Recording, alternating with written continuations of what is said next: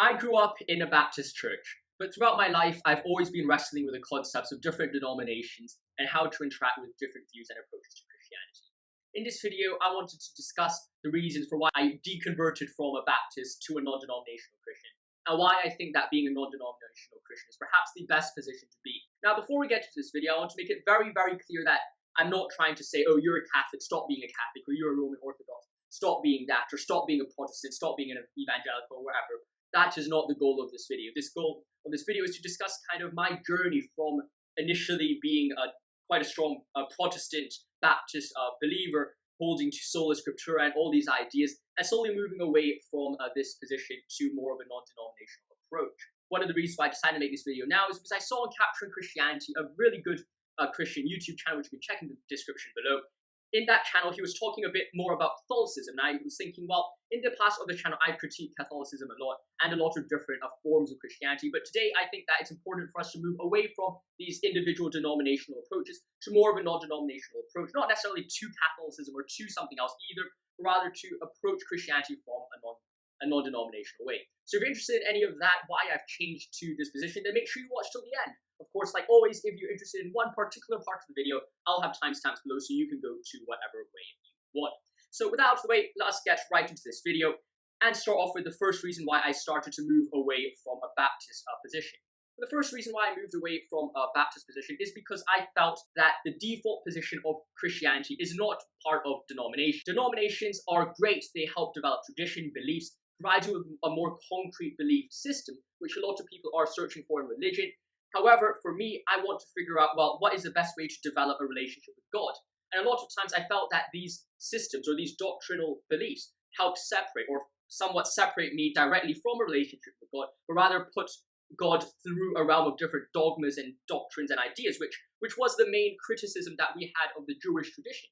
Not to say the Jewish tradition isn't beautiful. I think there's so much depth in the Old Testament and their laws, but the problem with the Pharisees is that they put so many barriers between man and God, which was removed by Jesus Christ. So when we're thinking about the default position of Christians, what does it mean to be a Christian?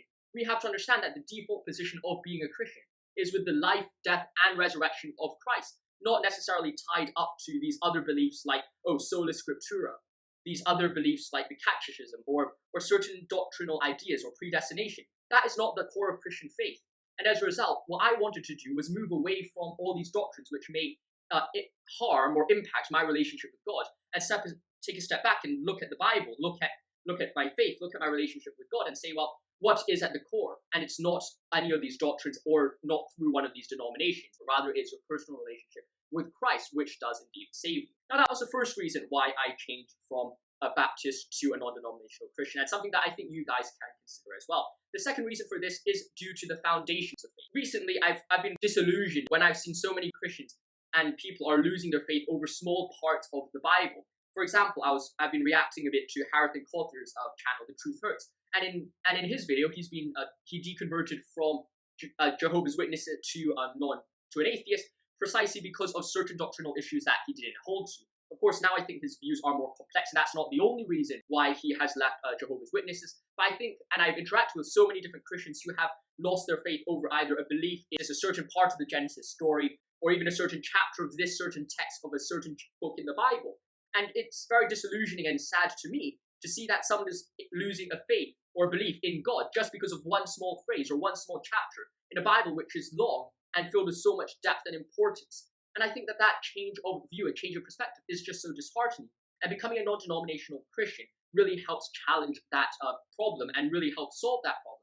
So in a world that we live in today, which is so accessible to different views and ideas and atheistic content and secular ideas, it's very important that we understand, well, what actually is the core of Christianity? It's not lying in one sentence of the Bible. It's not lying with one section of the Bible, let alone even just one verse. But rather, it is a whole tradition and a whole belief structure which you gain via that interaction with God.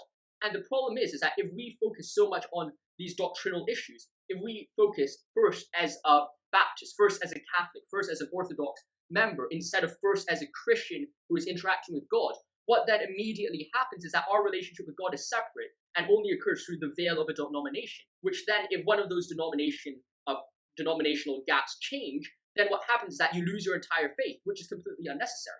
Just think about it. If you're looking at a science book, if just one phrase of that science book is flawed, it doesn't mean we throw away the entire science book. And in the same way, if one part of the catechism is false, it doesn't mean that you have to throw away the entire part of Christianity. And that, I think, is one of the most dangerous parts of being part of a denomination. If you're willing to look at your own denomination critically and say, well, not everything in this denomination is correct, I think that that's something the Church of England is doing all right, to say, well, we're not always correct. If you have that lens on, it's fine. But I think the problem does arise when you view your denominational views on a certain scripture or a certain concept as the one and only word of God, and something like that, and then that just separates you from the divine, which then would hurt your interaction with God, and that's the second reason why I've become a non-denominational Christian. Thirdly, I think it allows you to appreciate different denominations and also different beliefs. Growing up as a Baptist and a Protestant, I always looked towards Catholics. I was like, those people believe in the infallibility of the Pope, and they have loads of doctrinal issues. And I still believe that now. However, when you're part of a denomination, oftentimes you have this mentality of one gang against another gang, one group against another group. Kind of how the atheists view the religious people, and they gang them all together and say, oh, everything there is bad. And this is something that we don't like. It's very irrational, I think, for an atheist to just look at the entire religious edifice and just throw that in the bin. Just in the same way as a religious person shouldn't throw all of atheism and all those ideas in the bin just because it's atheist. I think you have to rationally kind of mix, or you have to rationally interact with each individual belief to figure out actually what is the correct view when we're looking at these individual issues. And I think that that is a very important thing. By being a non-denominational Christian, it's not saying, oh, you should hate all other denominations. It is to say that, well, there's another denomination here. We have to interact with it and figure out, well, is there anything beautiful there? Is there anything we could learn from it? And the best way to view it is that by becoming a non-denominational Christian, I've had a growing appreciation for the works of the Orthodox faith, especially via reading Dostoevsky. The beauty, the simplicity, and the mystery of faith, I think, in the Orthodox tradition is so beautiful. In the same way, the tradition, the history of the Catholic Church is phenomenal. It's so rich and so beautiful.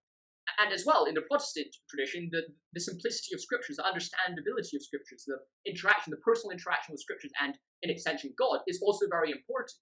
And if you're only going to look at one denomination and throw away everything else, then I think you're losing sight of the bigger picture here, which is a very dangerous thing. And the final reason that I stopped being part of a denomination and decided to be more non-denominational is precisely from reading Dostoevsky, and his main critique of the Catholic Church was the growing problem of dogma. We have a very big problem on our hands, which is the pervasiveness of dogma in the church or in society, in certain ideologies. In society, Marxism is becoming very dogmatic. Even though they try to fight against dogma, the left is very dogmatic as well. And a lot of times when we're interacting with these ideas, they lose sight of the bigger picture via focusing on dogma. And I think that that's a very dangerous thing for us to do. When we're looking at the church, we have to understand that it is at first a relationship with God and then everything else. By putting too much dogma there, what happens is that it creates a belief for the sake of belief. You're believing in a certain doctrine about the Bible. You're believing in a certain doctrine about a certain person in the Bible, maybe praying to Mary, for example. That becomes a belief for the sake of belief instead of a belief for the relationship with God. I think that that's what Kierkegaard touched upon so perfectly, the idea that Christian faith is a leap of faith. It's not something which is fully dogmatically written down into a sheet of laws and then you follow each individual law until you can finally become one with God or become a Christian. You first have that belief with God, and then you can create your ideology, you can create your thinking. Of course, ideology in very loose terms. I'm not kind of talking about an ideologue. Rather, just you first have to talk with your relationship with God, figure out your relationship with God first, before you then reach out to everything else. And furthermore, the problem of dogma is that it becomes too blind following. It leads you around blindly. When you're dogmatic, what happens is that you then accept things without any reason. You just accept it irrationally and say, well, okay, for example, maybe a younger creationist, they might look at, oh, these are a few certain beliefs, and this goes back to a previous problem when we talked about what are the foundations of faith. You dogmatically follow a certain belief system, and in that belief system, instead of becoming your relationship with God, then just becomes one random thing which you worship above God. And it's so unfortunate when I see a lot of Christians, I'm talking with them and saying, well, I'm losing my faith because of me following this idea. The Pope, I don't think, is infallible, but in my faith in Catholicism is based on the infallibility of the Pope. I don't know whether I can still be a Christian. And then I talk to them and I'm like, well, that is not the heart of your Christian faith. That is not the goal. Your Christian faith isn't based on the dogma of the Pope. It is based on your relationship with God.